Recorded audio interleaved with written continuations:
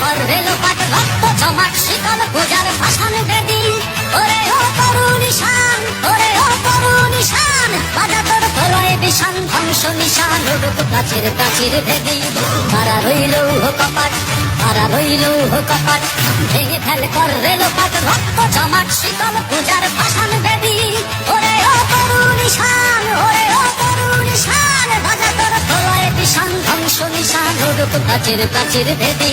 তারা রইল